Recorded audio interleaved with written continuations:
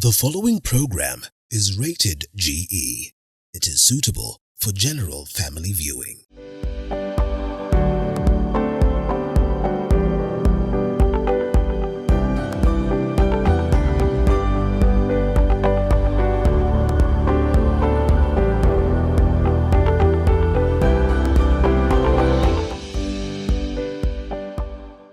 Hello and welcome to this episode of Body Garage, where your health matters. And on this episode, we delve into reproductive health amongst the youth. And taking us through is Dr. Stella Njenga. How are you, Daktari? Karibu sana. Thank you. Fine, thank you. Kindly introduce yourself Happy to our be here. viewers. My name is Dr. Stella Njenga. I am an obstetrician, gynecologist, practicing at AIC Kijabe Hospital. Also, in addition, I'm at Kenyatta National Hospital, University of Nairobi, training to be a specialist in cancers affecting women. All right. Reproductive system, basically. Okay, so let's begin. What is reproductive health? It encompasses different things. So it's not just the physical health of the reproductive system, and we know what the reproductive system is. Yeah, so it's physical, it's emotional, it's social. It's generally, let's say, physical, emotional, social well-being. In my, let me say, in my profession, I see mainly females, well-being of the reproductive system. Yes. And when one hears that, they would confuse it with sexual health. Is there a difference? So it does encompass sexual health as well, yeah? It's not just the physical health of the actual organs, you know, the uterus, the vagina and everything. It's also the sexual health, and that's where the emotional well-being comes in. Yes. So mental and emotional well-being comes in. Yeah. Okay. So let's now move on to what are some of the biological changes that happens. Now let's begin with a girl during this point of adolescence. Okay. So basically, we call it puberty. And it starts at different ages, which is determined most times genetically. So there are people who will get into puberty earlier, there are people who will get into puberty later. But generally, around the age of 9, 10 years, yeah. So it's different for males and for females. Let me start with females because that is my specialty. So for females, the average age is maybe around 9 years, though with time we are seeing girls getting into puberty at younger ages, yeah? Of course, because of environmental changes, what we eat, lifestyle and all that. So it starts all the way from the time you start seeing breast development. So the first changes that you will see are either breast development or hair development, pubic hair development, yeah? Hair in the pubic area or in the armpits. So it varies. Most times it's the breasts, but there are people who start with pubic hair and then stepwise goes all the way to now when their periods start. So the breast and the pubic hair come before the periods start. Periods start on average maybe around 2-3 years after you've started seeing breast development. So that means from around age 12, around 12, 13 there is when now the periods come in, yeah? Same for boys, there'll be some changes in their sexual organs, there'll be pubic hair as well, there'll be changes in the voice, amongst other internal changes that are going on. Yeah. And that's for the biological bit. Yes. What about the psychological now bit? Yeah. Are there any changes in that aspect? Yeah, definitely. And you know, the psychological bit is also linked to the biological bit because when you reach puberty, there are some hormones that the reproductive organ starts producing, yeah? Which will also affect a teenager psychologically. Probably that's where you'll see they start becoming more aware of their bodies, the changes that are happening in their bodies. Some start feeling, girls, they're embarrassed about their breasts, yeah. You see girls sometimes segregating themselves now from boys. They're not playing together. Of course, now they become more sexually aware as well, yeah, as they're growing older. Of course, there are those, sexual feelings that start developing, attraction to the opposite sex. So there are many psychological changes that also happen during puberty. Yeah. And so now when all this is happening, what are the risks that now these young people are actually vulnerable to in terms of their reproductive health? Yeah, so I would say, you see, at this young age, so there are these changes that are happening in your body. There are these attractions you're feeling and all these things. There's peer pressure. You have now exposure to more things, yeah? There's exposure to drugs, to alcohol, to now sexual intercourse, starting sexual intercourse, yeah? So you find that without proper guidance, especially if the guidance didn't start early, and if you're not even guiding them at this time during puberty, you find that the teenagers can engage in especially risky sexual behaviors, yeah? In terms of having unprotected sexual intercourse while intoxicated or using drugs, in terms of having multiple partners, in terms of, so if they're not aware of things like, in terms of unwanted pregnancies, yeah, teenage pregnancies happen at this age. Yeah, so teenagers, I would say during that time of puberty, they need a lot of guidance. And this guidance should have started even before they reached the puberty, before before you suddenly are having all these changes in your body.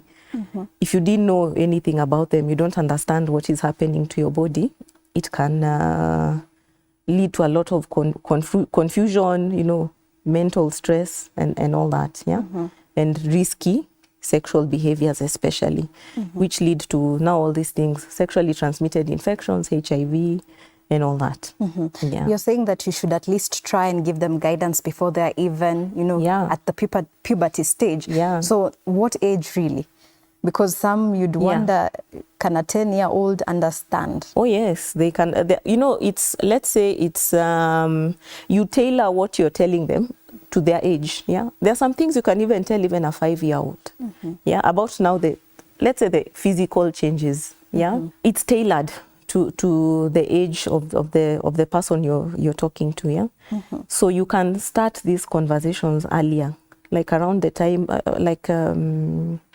tell them to expect, like for girls now, breasts are normal. It's part of normal development. Teach them how to wear, I don't know if nowadays, these things we used to call boob tops. I don't know if people still wear these things or it's just bras nowadays. Things like hygiene, yeah. If your menses come, this is how they are, hygiene. You can start these conversations before they hit now puberty, because what we usually say, if you're not teaching them the right things, they will learn the wrong things from the wrong people, who probably learned the wrong things from other people, and most times they're peers. So they'll hear a lot of myths about sexual and reproductive health, which they might adopt, which might end them up in trouble, in hard situations. So one, the parents, you need to start teaching your young girls and young boys about sexual and reproductive health. And nowadays, there's even programs, there are even established programs where there are people who train. If you feel uncomfortable to have this conversation with your children, there are people who do it actually very well. They talk to your children about these things. And more than that, even schools, yeah? Because of course there are parents who, for religious, for cultural reasons, maybe they're not available. They might not be there to guide their children through puberty. So even schools are one of those important catchment areas for these children when they're going to school, to start their sexual education, basically, or education on reproductive health. And beyond just teaching them about the biological bits, because when I went to school a very long time ago, those days we never even used to really have, it was the biological bit, like biology, science, you know, like this is a uterus, this is a, you know, so it's way beyond that. Yeah, it's issues to do with sexual debut, unwanted pregnancies, sexually transmitted diseases. You know, nowadays there's even sexual identity that people even struggle with. Yeah, so it's way beyond what is happening, which is just teaching them about the physical things. This is an ovum, this is a sperm, this is a uterus. It's beyond that. Okay, and now we are talking about now the sexual risk. Yeah. Why does it look like the adolescent girl is at more risk of it than their counterpart adolescent male? Let me say one, mainly it's I don't know, culture. Yeah. Females are generally more vulnerable than males, you know, even physically. We are raised, especially in the African setting, there are a lot of cultural things, taboos. You know, people don't speak to their girls about, you know, unlike boys, who you'll find maybe some uncles or they will learn this even from their peers. They will get a lot of sexual education even from their peers. But for girls, it's taboo to talk about sex, to know what sex is. In fact, if you mention that name, you get a thorough beating. Yeah. So, and it's worse for girls. For some reason, it's worse for girls. It's like it's more acceptable for boys to be out there, have sex, be promiscuous. But for girls, you don't talk about it. So when they go out there, who will they learn from? They'll learn from these boys. They will learn from other people who might not teach them what is appropriate. Yeah. Women are also not very, like in terms of being empowered to know your rights, yeah? In terms of you can say no, yeah, and no is a complete answer, and you can say no at any point of the process, and that it is accepted that it's a no. We've not yet reached there. So yeah, so there are many factors that make girls more vulnerable than boys. Mostly, I think mostly in the African setting, it's culture. We have cultures where even girls are married early. Girls are not taken to school beyond a certain point because now your only use is now getting married to get dowry. So I would say it's multifactorial. Okay. Yeah. And are there factors that actually make the boy vulnerable to some of this? Yes, yeah. Having said that, yeah, we can't ignore the fact that even boys get even abused. Yeah. Even boys get sexually abused. Most times it happens even in the homes, in terms of even the house helps who are staying there with the boys, house boys. Boys also even get sexually violated, even, you know, in schools, just out there. All right. And then I think for boys also there's, you know, there's this culture of not talking about sexual and reproductive health. They also end up learning the wrong things from their peers. All right. Yeah. I want you to hold on to that thought as we take our first commercial break and leave you with the Facts and Myths board of the day.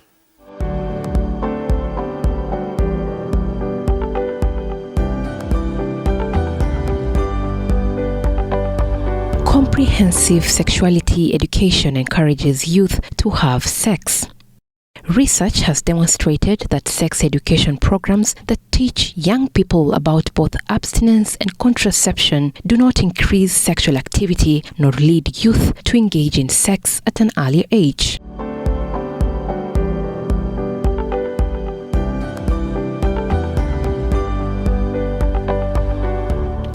I won't be able to get pregnant after I stop using a method. There are temporary methods of preventing unplanned pregnancies. This means that fertility is suspended only while the method is used, and you'll be able to get pregnant again when it is discontinued. Methods have varying periods of protection from pregnancy.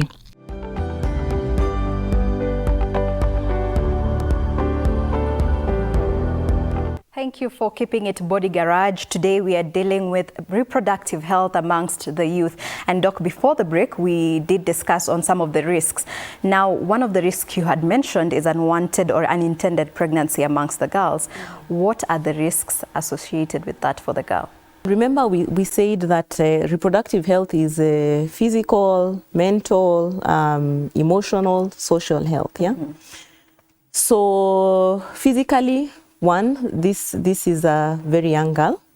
Her body might not be ready to carry a pregnancy at that young age, yeah? So the pregnancy itself might have some complications, yeah? In terms of having miscarriages, in terms of preterm births, having babies with complications, because remember that most times these pregnancies are not planned. So because the pregnancy is not planned, even by the time this girl knows she's pregnant, and also maybe she does not even know the signs of pregnancy, in terms of missing a period and all these other symptoms. So maybe by the time even the pregnancy is discovered, it's way along, yeah? So there was no preparation done for the pregnancy in terms of taking supplements, in terms of optimizing her health, checking whether she has other medical conditions. So that in itself might make the pregnancy complicated. The baby might have issues growing well. Remember that a lot of these unwanted or teenage pregnancies also happen in settings of low social economic status, yeah? So nutrition might not be well enough, health-seeking behavior might not be good enough. So one, physically, yeah, there are those issues that happen physically with the pregnancy, yeah? Yes, yes. The other thing that is physical is, remember, it's an unwanted, most times, it's an unwanted pregnancy. And so this girl was maybe in school, she's not ready for this pregnancy. No one has told her about, she's not had a reproductive, any talk with anyone. There's cultural, being pregnant at that age is a taboo. People are going to judge you, yeah? Maybe you want to finish school, yeah? Procuring an abortion in the country is illegal unless it's on medical grounds, yeah? So what is she going to do? She's going to go to have a clandestine abortion done somewhere, yeah? Okay. With that, you can get complications of infections, excessive bleeding, including even death. There are many young girls who die while procuring abortions, yeah? So physically, those are the issues, yeah? Of course, emotionally, you are young, you don't have any economic freedom, you're not ready for a pregnancy. So it can take an emotional toll, yeah, in terms of even to the point of getting depressed, yeah. So they are more vulnerable to getting even depression during the pregnancy and even after, postpartum depression. Remember also, it's also the social bit, yeah. As we said, most of these girls who get pregnant are from a low social economic status, yeah. So even their parents cannot probably be able to afford for you to be pregnant, yeah. So you find many of them end up running away from home, getting married early, and you know this has an impact on their future, yeah. Many will end up dropping off school, yeah, which has a future impact, yeah, yeah, on this young girl, yeah.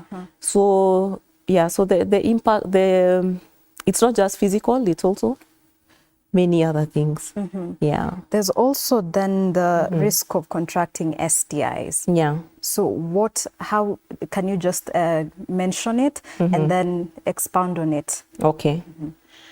So remember, we said that teenagers will tend to engage in risky sexual behaviors, yeah.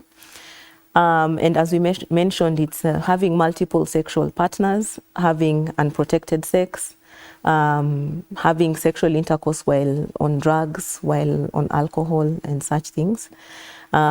Also, many myths, you know, there are many myths out there concerning sex and contracting HIV or contracting STIs, yeah? What's the wildest you've had? The wildest, well, there are many. There are many. I think the wildest myth I've had is you can't get pregnant if you have sex in a swimming pool. Oh. I heard that recently somewhere, and I was like, what?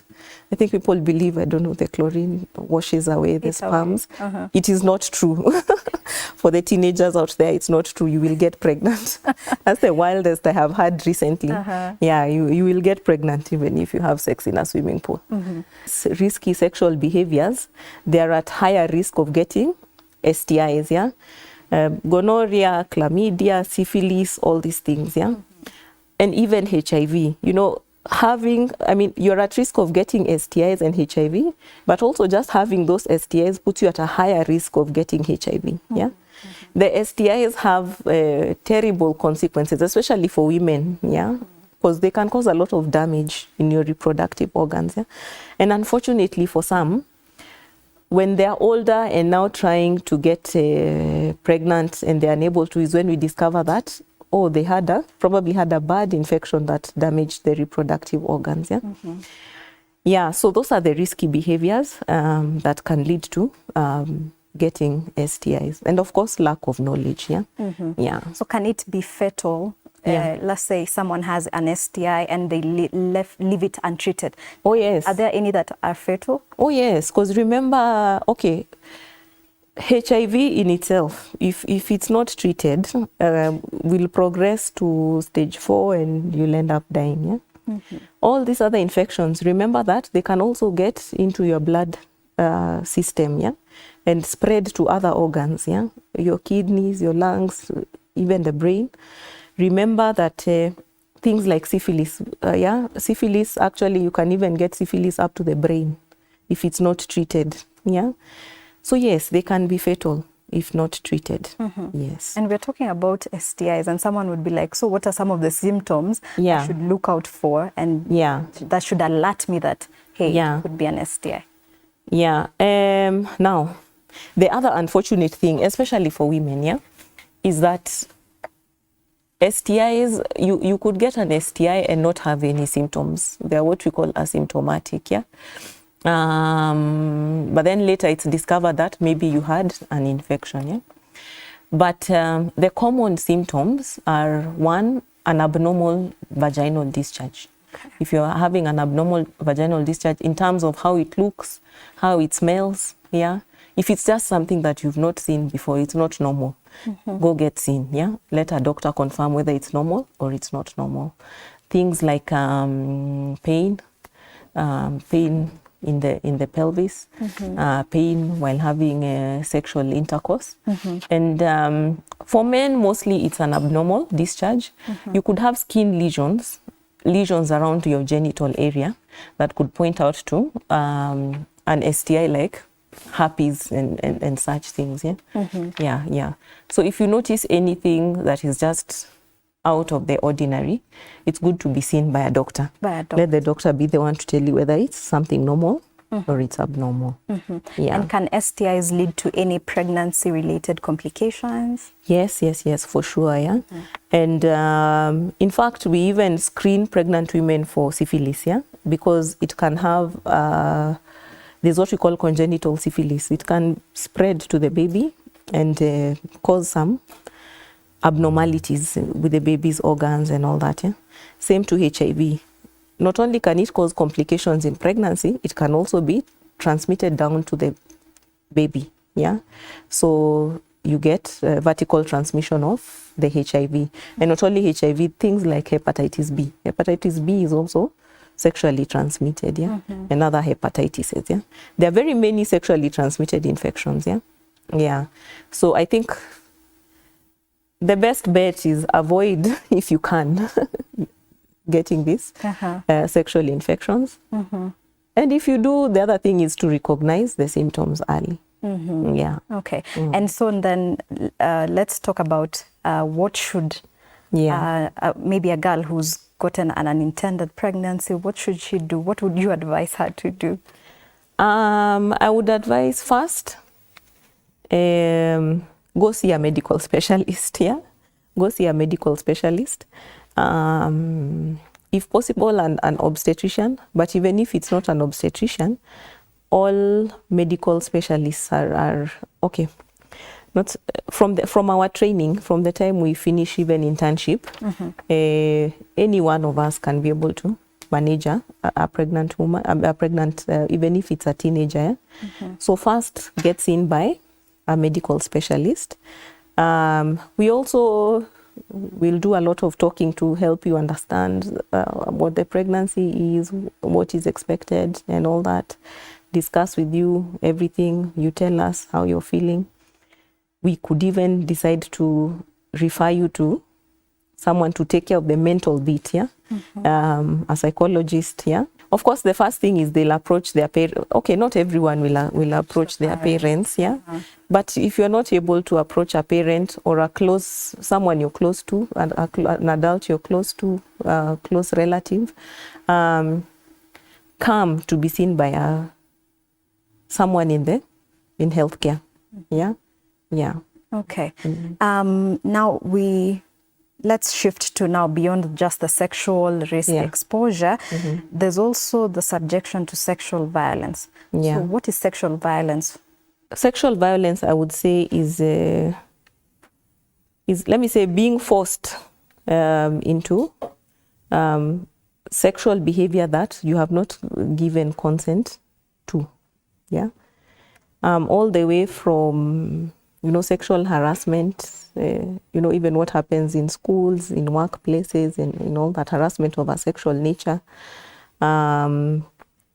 like inappropriate behavior, like someone touching you inappropriately, all the way to now things like rape, all the way to, there's what we call intimate partner violence. Remember that some teenagers are married early, are married before they even reach the adult age. And even some get married at very young ages, 18, 19 and all that. So there's intimate partner violence. There are things like, of course, abuse of children, sexual abuse of children. There are these things of people exposing themselves to you inappropriately, voyeurism. There are these peeping toms, the people who like going to peep at you. So that is also a form of sexual violence, actually, because you've not consented to someone coming to peep at you, showering, or teenagers are vulnerable, are more vulnerable to sexual violence. When you compare the boy and the girl, who is more vulnerable? The girl is more vulnerable for the reasons that we had said, But having said that, we are not discounting the fact that there's sexual violence that also affects males, The same things that we have listed can happen to males, From fellow males, from females as well, So, but the majority of the okay, maybe I'm biased because I am a gynecologist. I see women a lot. I'm seeing women a lot. So most of the patients, all of the patients I'm seeing are women who've experienced sexual violence. Right, that is some interesting insights from Daktari here. But first, let's take a short commercial break. We'll be right back. Do not touch that dial.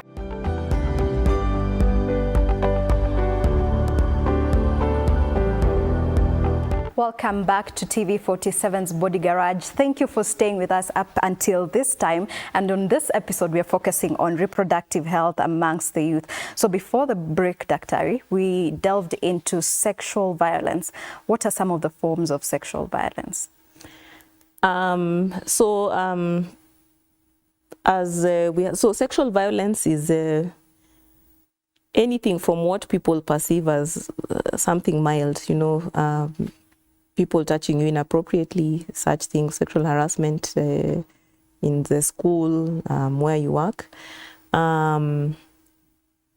all the way to rape, you know, incestuous rape, intimate partner violence, because remember some people get married when they're still teenagers, all the way to people exposing themselves to you in inappropriate places. You're just walking in town, someone flashes you.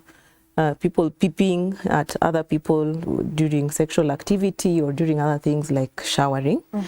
Teenagers I would say, are prone to sexual violence, especially because of, again, some of the risky behaviors like drug and alcohol use, yeah? So you go for a party, you get drunk, you don't know what happened after that. You wake up in the morning and you find that something happened, yeah? Okay. Other things that make teenagers, especially in low social economic status, you find that the conditions where they live in, security is an issue and all that. So you're prone to sexual violence. Yeah, but that's not to say it's only in the low social economic status. Any young girl is prone to sexual violence. Okay, sorry, I keep mentioning girls. I'm a gynecologist, but even boys. That's a disclaimer. Yes. Right. Now let's move to a touchy subject. Yeah. Inaitwaje family planning. Yeah. Amongst the youth. What is family planning first? Yeah. Is it just planning the family?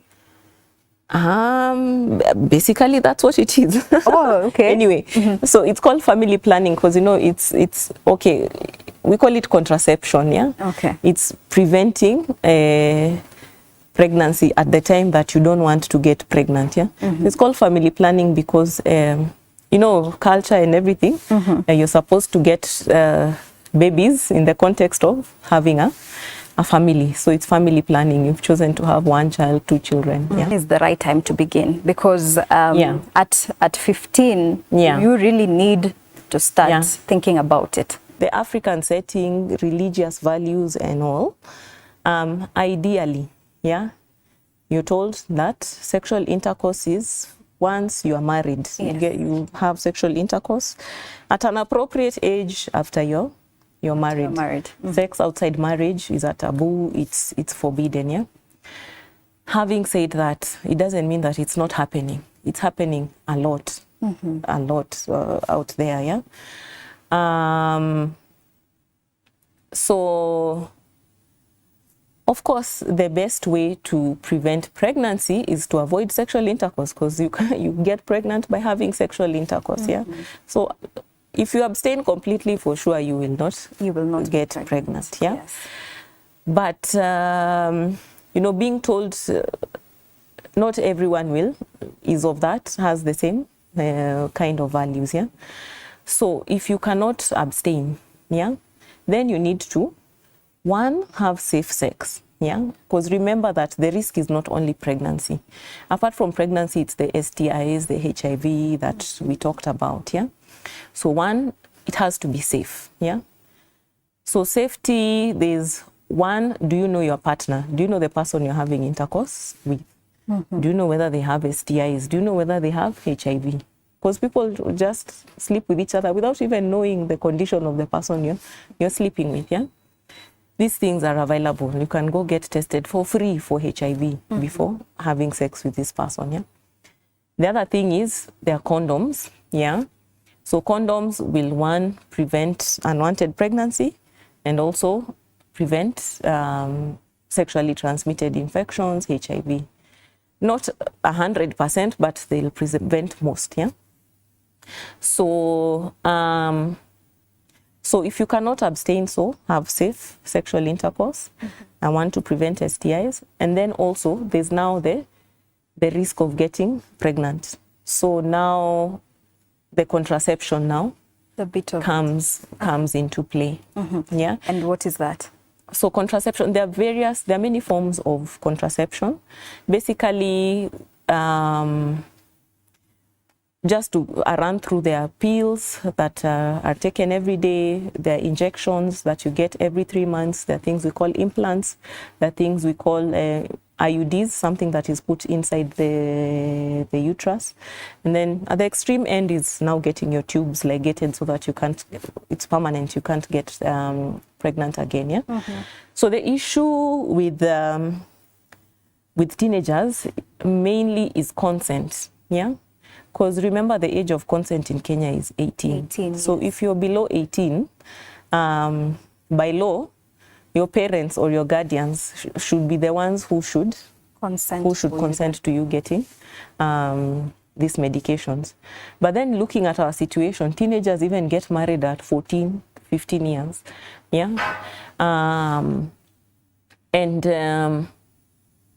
You know, so what do you do about such teenagers? Yeah. So as I said, one of the ways is, one, have comprehensive sexual education, even in schools. Yeah. Let these kids start knowing about the risk of getting pregnant. There are things that can be used to prevent pregnancy and all that, to prevent STIs and all that. Yeah. I know there's a myth that if you teach them about contraception is when now they will go have sex. You're telling them go have sex. Yeah. But that is not true. Studies that have been done in other countries have shown that actually when you teach them these things, one, even the sexual debut will happen at a later age. Yeah, rather than earlier when they don't know. And, you know, they will have safer practices. Unwanted pregnancies go down. Yeah. So teaching them you cannot equate it to, it's like telling them to go there and have sex. Yeah. Yeah. Because, you know, even if you're not teaching them, they're still having sex. Yeah. And they're still having risky sexual behaviors that are putting them at risk of diseases, of unwanted pregnancies. Yeah. Yeah. So it's better, I think, for them to start from a point of knowledge. Yeah. So I would say it's one of those, it's controversial giving contraception to teenagers. But I would say it's on a case-by-case basis. You assess the person you have. Because someone could come to you, they're 17, married, already have 2 children at home. Now, do you consider that an adult or a child? You know? Yeah, so it's one of those things that are tricky. And some of those contraception methods mentioned would be used then by the girl. Are there some that then the boy can use? Now, apart from condoms, apart from that. Yeah, and something we call vasectomy, which men do not do in this country. And of course, you're not recommending it for teenagers, yeah? We are not, there are things that are being studied, contraceptives for males, but not really yet implemented, not really yet in practice, yeah? I think one other thing I would like to mention about contraception is teenagers, I mean, young people, I keep referring them to teenagers, yeah? You find that many use emergency contraception. Yes. Yeah, many use emergency contraception. So they went and had sexual intercourse and then, oh my God, now you're fearing getting pregnant, and they use emergency contraception. And you find that now that becomes the usual contraceptive. They know that if I engage in sex, I'll just use emergency contraception and I won't get pregnant, yeah? But that is not safe, yeah? Emergency contraception should not be used as a regular contraceptive, yeah? It has adverse side effects, and it also has a risk of pregnancy, yeah? So rather than be using emergency contraception all the time, it's better to be on a regular contraception method if you know you're engaging in sexual intercourse. What about these pills that are given to school-going girls? Yeah. I think, does it have an effect on them during their menstrual cycle, I guess? So sometimes, you know, the contraceptive pills can be used for contraception, but can also be used for treatment of other things, yeah? Because they have some hormones that can be used for young girls who have heavy menses, painful menses. They can be used to treat, to regularize the periods and all that. They can be used for to treat other conditions, not just for contraception. Yeah, so I know there's a lot of, we see girls who have now these issues and they're in school. Yes. And you prescribe the oral contraceptive pill, and then now it becomes a big problem. They're told now you're using contraceptives, you shouldn't. So people should understand that these are also medications that are used for other things. They're just not just used for contraception. Yeah. Okay. And along your career lines, what is that one myth about contraception that you would love to have it dispelled? The biggest myth I've heard about contraceptives is that they make you infertile. That's the biggest myth I've heard. No, they don't. It's not true. Otherwise, why would we give you something that is making you infertile? Yeah. So no, they don't cause infertility. Yeah. What about that? Sorry to cut you short. No what worries. About that now you'd have difficulty conceiving? No, that is also not true. Yeah, because remember, for most of all these contraceptives that we are giving you, the moment you stop using them,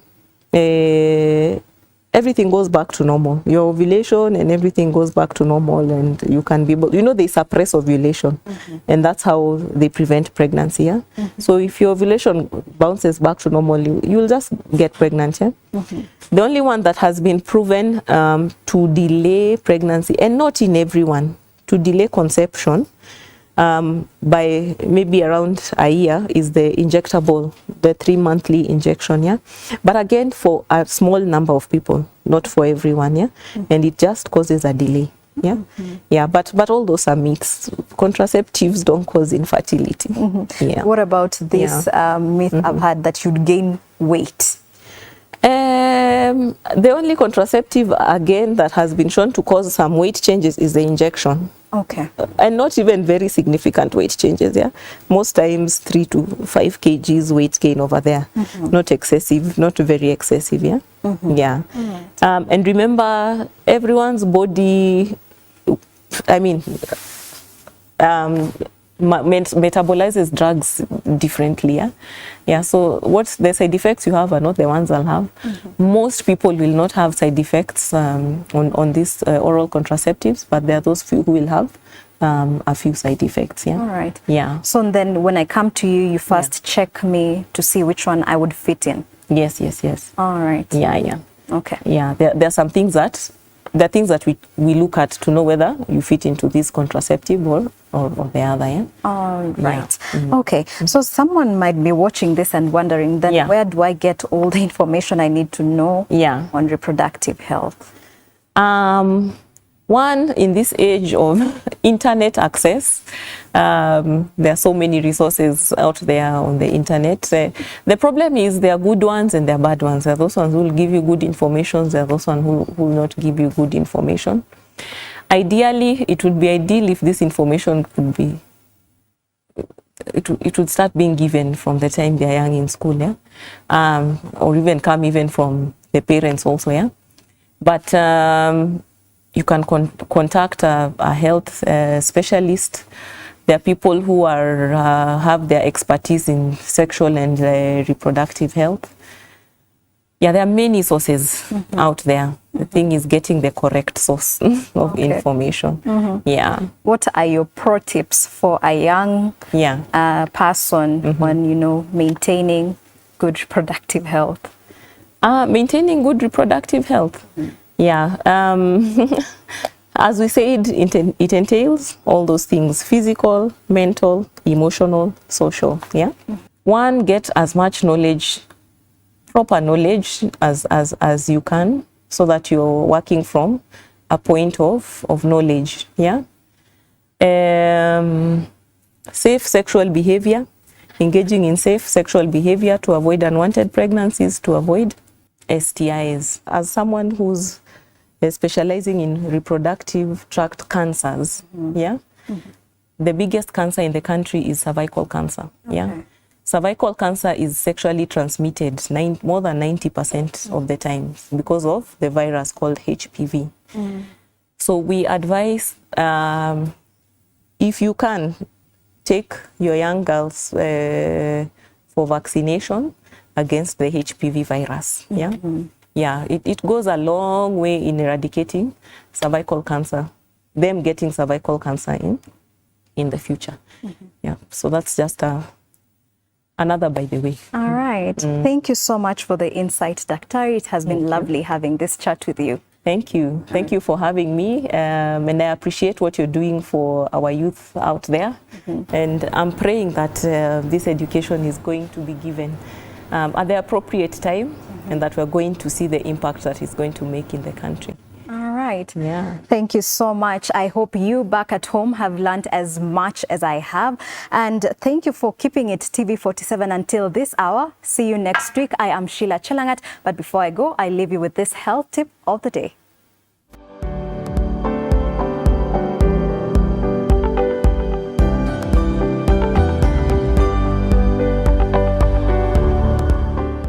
Practice safe sex. Use barriers like condom for all sexual encounters to reduce the risk of STIs and pregnancy. Get tested yearly for STIs. Avoid toxins.